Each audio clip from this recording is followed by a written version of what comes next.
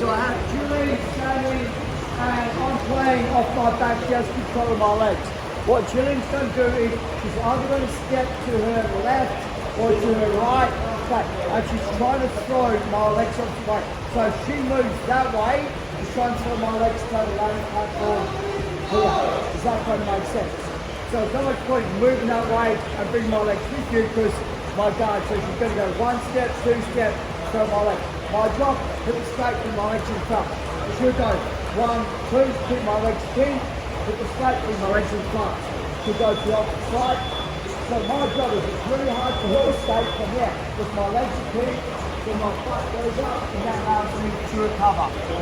So when we're doing this drill, once she goes 1 step, 2 step, here's my legs from here. The only thing she's got to do is my guard is my arms. I'm going to put it in the face.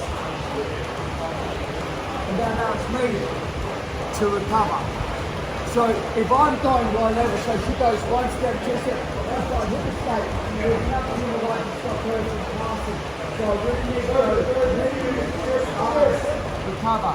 She'll go the opposite way, move, pass, recover. Okay, 1, 2, 3. Let's go. This is the next part. And what we're going to do now is going to step in the valley. So let's go Carl. And Carl's got control of my deep hands. And he's going to do the same thing. So I want to make sure that I'm engaged. I'm not lazy where it can pull my legs away from me. So I make sure I'm engaged. So if he pulls my legs down, I'm coming up. So there's still no space. And that's what we're going to do to start to attack. So he's going to go 1 step, 2 steps, throw my legs the opposite direction. Now, the part that I'm seeing that people have issues with is your feet are pinned. People are trying to get their bum in the air by using their feet. You're going to use your knees. So my knees go down and my bum come up. I see people are trying to get rid of their feet. You can't. Your feet are pinned to the ground. So when it passes, the car goes 1 step, 2 step, pins. So everyone's trying to use this. So what is, if he's pinning me this way, I simply go this way. And that allows me to fade back into my guard. So it's not about trying to rescue my feet. It's going to be exceptionally hard for him to hold him as I roll over anyway. So what we're going to do from here is, the next step is we're going to step into the valley. So he goes 1 step, 2 steps, I go down, knee high, recover, and he simply steps into the valley from here. It's going to go knee smash car pass. So knee smashes onto my leg, underhook. Now, I can't rescue and passes up. And again. So this time, as I'm recovering, so we're playing the game, 1 step, 2 step, pin the legs, I'm like, no dramas. I get my butt in the air, he simply steps in the valley of death, boom. Now, he pins my leg, so his knee smashes my leg from here, which means I can't get my bum in the air anymore. As I try and frame and make sure he's under, so it's past the guard, picks up my arm, and gets his feet down. Is everyone okay to do that? 1, 2, 3, go. That was good. So Emma's up, nice and easy. So she's going to grab my legs, 1 step, 2 step, close my legs. Look, I pull my arms up nice and high. This smash card pass to recover, boom, goes through. Now this is the part that we're going to bring into the class that's important. Is right now is she's got control of my right hand, but my left hand, I can still start to attack and move. So what we're going to do instead is, left elbow is going to go over my head and you're going to go flat. Technically, you're isolating my arm.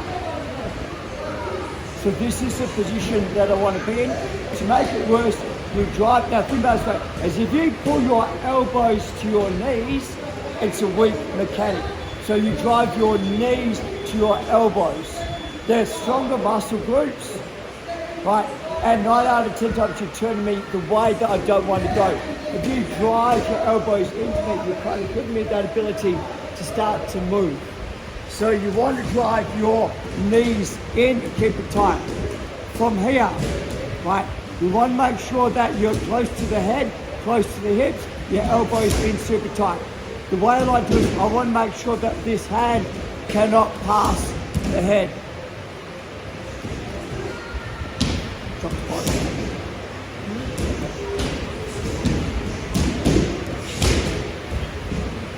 So I've got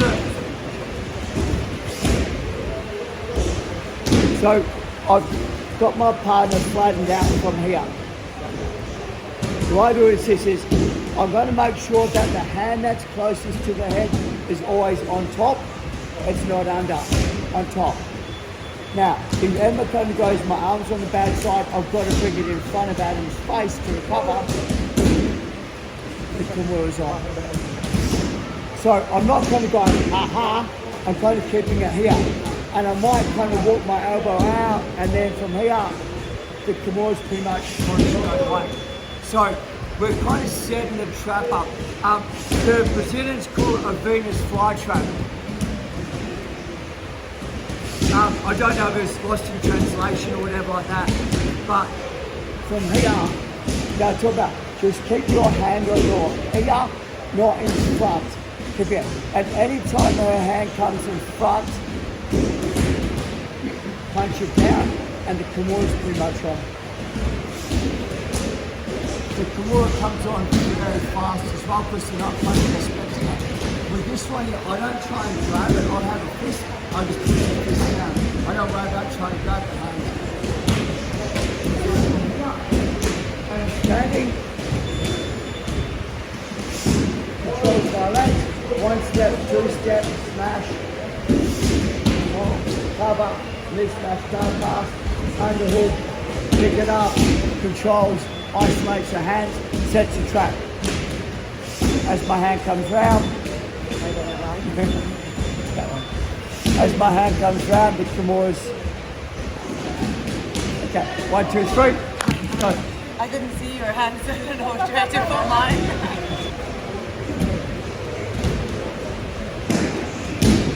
Control, which works forwards. And playing good defence, so his hands are on the inside in front. One thing that I found was, when I started to play this, if I fight against the frame, I'm lighting myself up. So what I started is, I started to get control, but move my hips backwards and recycle my arm.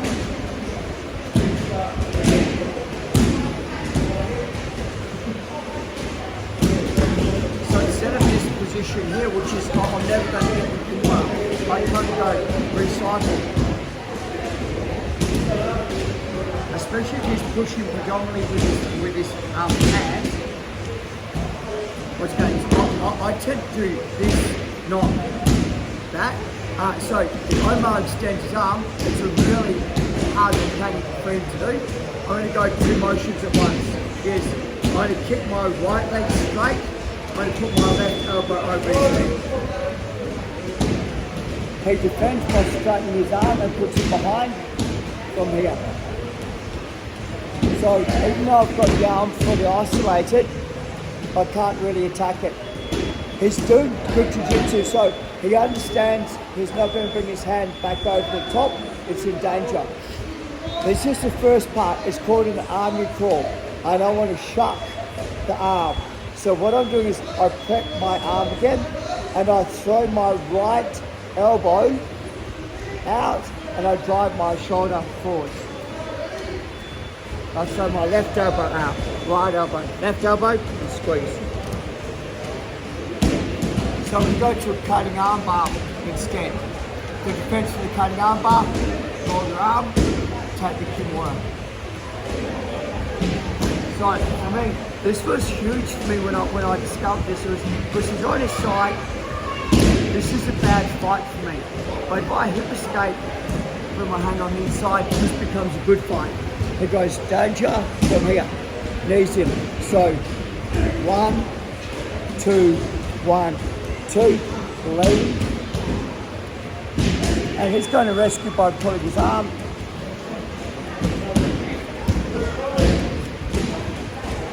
Once I've gone past that, you can't actually flick your the arms caught there. So it's very good thing.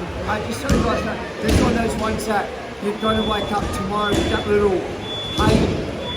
So don't do it hard on each other because you will wake up that little ache and you go, Tony. So once again is we're here, he's doing good jiu-jitsu at the frame. So think about this way, the more that I'm going backwards, the more he can sit up and the more he can roll me over. So the more that I'm coming back here, the more I get the opportunities to Kimura. And I do that. So if he does strain his arm, it's deceptively strong. But Tony is stronger than me, so he rescues his arm. 1, 2, set.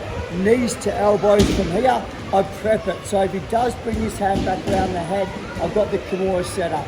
But I go sharp 1, sharp 2, lean. Sharp 1, sharp 2, lean. Now I'm not putting it on any further. He tries to rescue his arm now, but because my weight's on it, he can only roll it this far, which is insignificant. I'm still going to cause a fair bit of pain.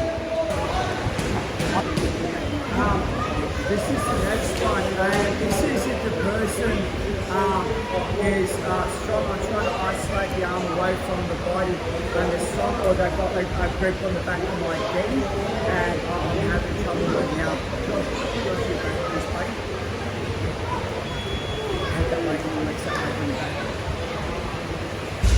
So I've done the system, I've come through, hands in front, walk backwards, form, come around, rescued from here, and I'm having a little bit of trouble like doing the army walk because he might have his, he might hold the gi, he might be strong, so as I'm trying to chuck the arm out, I'm having a little bit of trouble.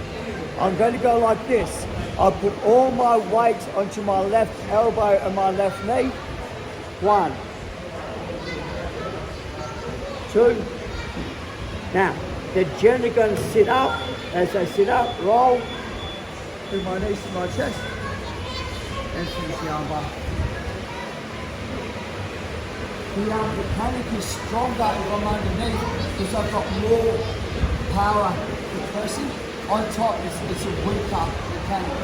I'm not putting my shin across his face, it's over the throat. But if he puts his face down, so as if you're doing a back choke, don't think about putting your jaw down, that's their choice. So I've got the attack form right here, and I'm trying to like move the arm away, but Josh is really strong. So I'll bring my left elbow out because that's free to move. Right knee, left knee. Now, my head goes down on the ground, I slowly extend my legs and pull the arm in. He'll generally sit up, so roll, face his head, bring my knees to my chest. I'm rolling the arm this way. I'm not pulling in, I roll. I squeeze my knees. If he rescues his arm, it puts it on even more. If he puts his arm to the ceiling to rescue,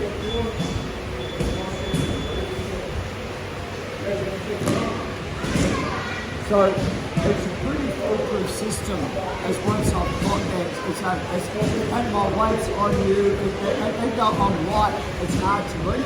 If you do move, you can only sit up one way, and I know which way you've got to sit up, so I've kind of got it set up.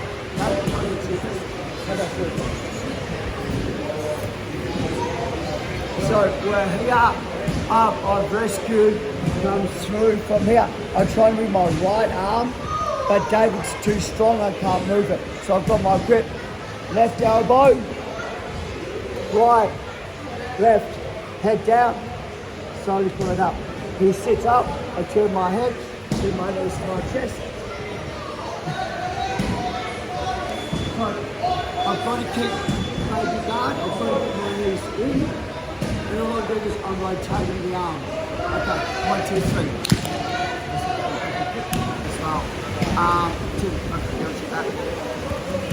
So one thing that happens a little bit is I've got to the position and he cups his hands together behind my back, and I'm like, so the way that I do this is really simple. Is I open up my left leg, I switch, I put my thumb in. If he doesn't separate his hands, I choke him. So if he keeps his hands tight on my back, once I'm here, I go flat again and choke. If he separates his hands from here, I step overhead, I isolate the arm and I tap. So I step over the head. That means he can't get his hands together because I've extended the body. If the hand comes in front like it is in front, I step over the head, I'll take this arm. So we're here, he's holding me down, so I switch my base.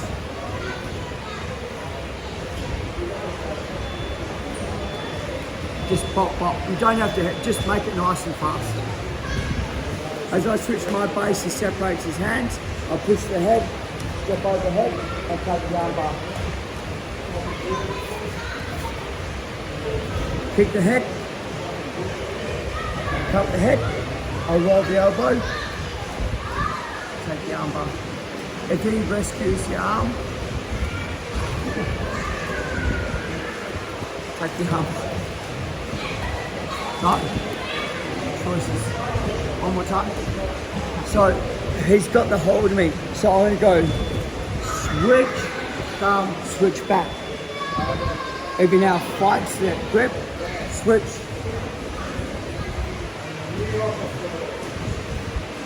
One, two, three.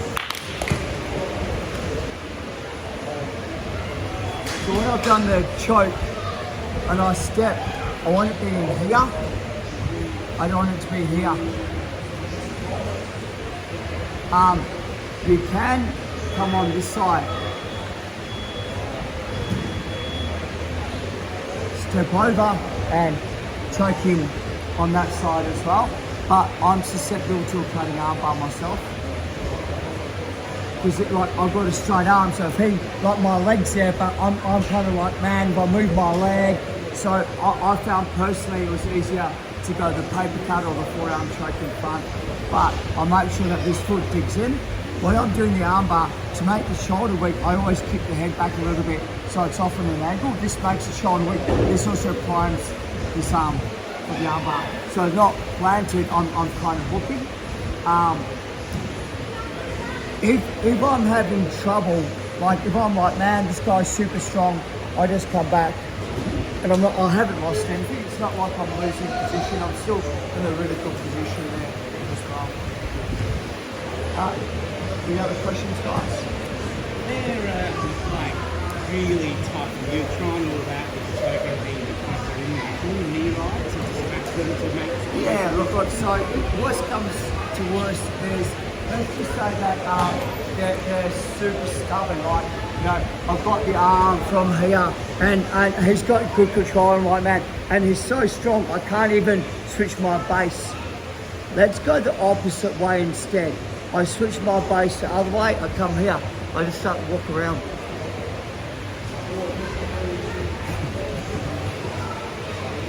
So, lock the hips out, crush, sit back.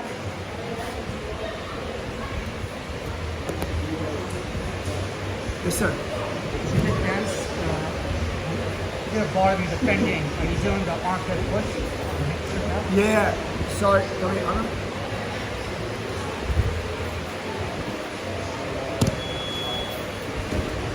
So, if he goes armpit push,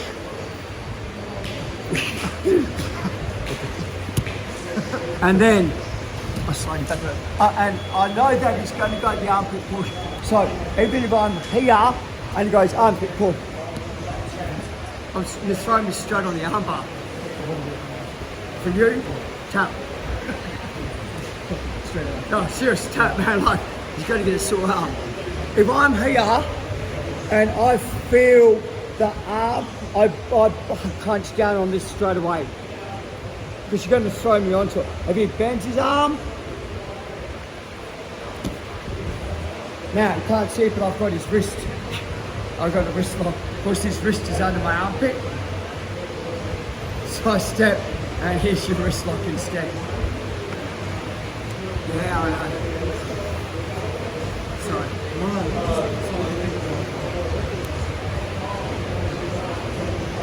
Anything else? Okay, line up, 1, 2, 3.